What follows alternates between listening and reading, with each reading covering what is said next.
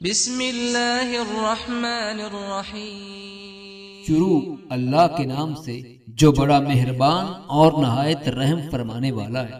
نبی کریم صلی اللہ علیہ وسلم نے ارشاد فرمایا، دنیا میں ایسے لوگ بھی ہیں جو نہ تو پیغمبر ہیں نہ شہید ہیں، مگر قیامت کے دن پیغمبر اور شہید ان کے مرتبے دیکھ کر رشک کریں گے اور وہ نورانی ممبروں پر ممتاز حالت میں بیٹھے ہوں گے۔ یہ وہ لوگ ہیں جو بندوں کے دل میں خدا کی محبت پیدا کرتے ہیں اور خدا کے دل میں ان کی محبت ڈالتے ہیں اور دنیا میں نصیحت کرتے پھرتے ہیں۔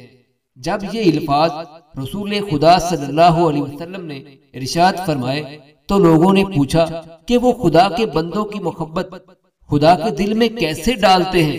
جناب سرور کائنات صلی اللہ علیہ وسلم نے فرمایا کہ وہ لوگوں کو ان باتوں سے منع کرتے ہیں جن کو خدا ناپسند کرتا ہے، پھر جب لوگ ان کا کہا مان لیتے ہیں اور ان کے کہنے پر عمل کرتے ہیں تو خدا ان سے محبت کرتا ہے۔